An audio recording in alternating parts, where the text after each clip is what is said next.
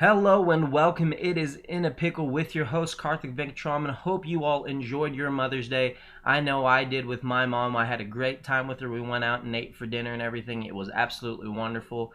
It's always great to show your appreciation for your mothers. But I also have a great appreciation of the NBA and what happened in the past 3 days. The first of these 3 days, Derrick Rose off bank over the Cavs to win it as time expires to send the Bulls up 2-1. United Center rocking after that one. Very next day, Paul Pierce sends the Wizards up 2-1 with a bank calling game after they squandered a 21-point lead in the fourth quarter to the Hawks, but was able to come out and pull that one off with the game winner. Very next day after that, LeBron James from the baseline hits the game winner with zero point 0.8 seconds to expiration on the clock as the Cavaliers knot the series up 2-2, heading back to Cleveland. That series will continue tomorrow. And while all these Eastern Conference semifinal games were absolutely amazing, I'd like to talk about the Western Conference semifinal games, and then specifically to start out with hack a DeAndre Jordan in the Houston-Los Angeles series that's going on right now. This is a solution that needs to be fixed, obviously. DeAndre Jordan had 28 free throw attempts by halftime. 28 free throw attempts by halftime. That is not misspoken. He had 28 free throw attempts by halftime. That's the most by halftime ever in the NBA, breaking Shaquille O'Neal's old record of 27. And it was absolutely ridiculous as DeAndre Jordan ended up having 34 by the end of the game. He's attempted 128 free throws over 11 games.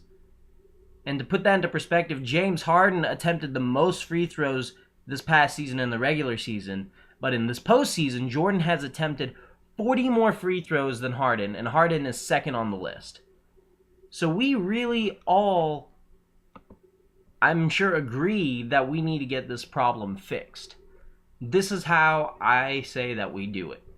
You can only foul someone intentionally if they have possession of the ball. I am tired of seeing the Clippers getting ready to inbound the ball, DeAndre Jordan just sprinting up the court, and somebody just trying to hug him and yell at the refs, saying, "Hey, I'm fouling him, hey, I'm fouling him." We don't want to see stuff like that. The way that I figured that this solves the problem is that it doesn't reward the bad free throw shooter from getting away from the problem. It just takes him out of the offense completely. Because then you're playing 4-on-5, you put him on the court, you're penalized because if you feed him the ball, then the other team can intentionally foul him.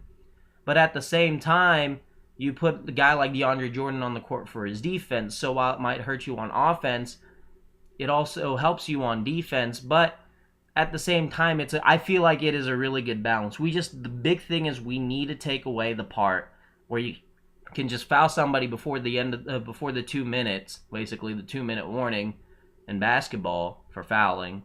Just get rid of that altogether where you just can't intentionally foul somebody. It should be extended out throughout the whole entire game. That's my thing with that, because nobody wants to see DeAndre Jordan take 34 free throw attempts in a game. That is absolutely insane, ridiculous. Nobody wants to see it. Hopefully a rule that'll be changed by next season. I know they're going to have a meeting here soon to discuss this. I really hope this game from last night changes their mind.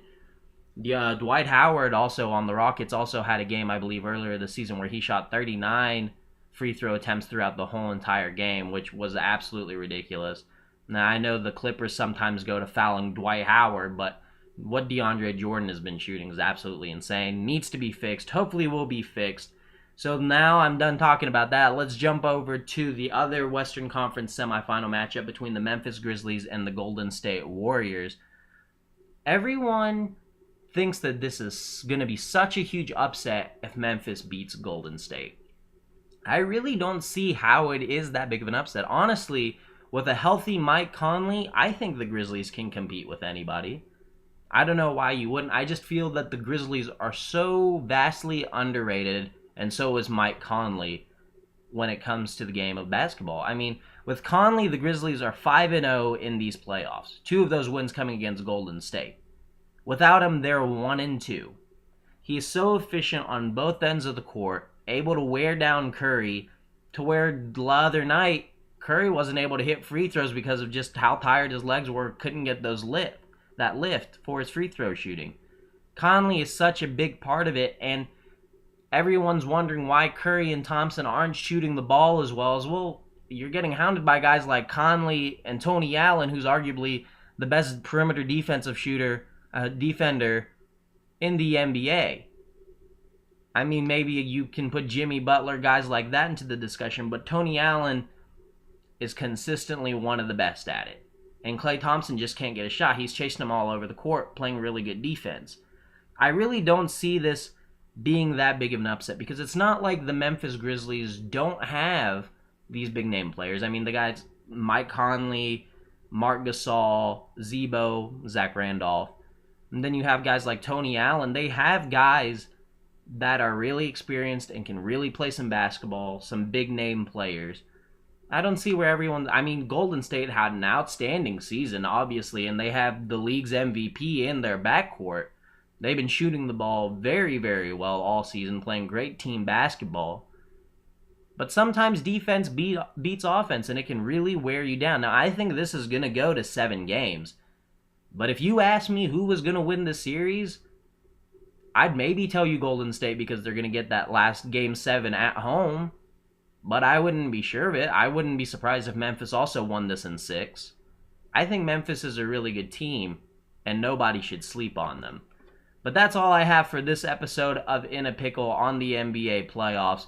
Hopefully we'll get more drama tonight as the Hawks and the Wizards continue their series. And then later on tonight, you will have Golden State versus Memphis. So hope you all enjoy. We'll hope to catch you soon. This has been In a Pickle. See you later.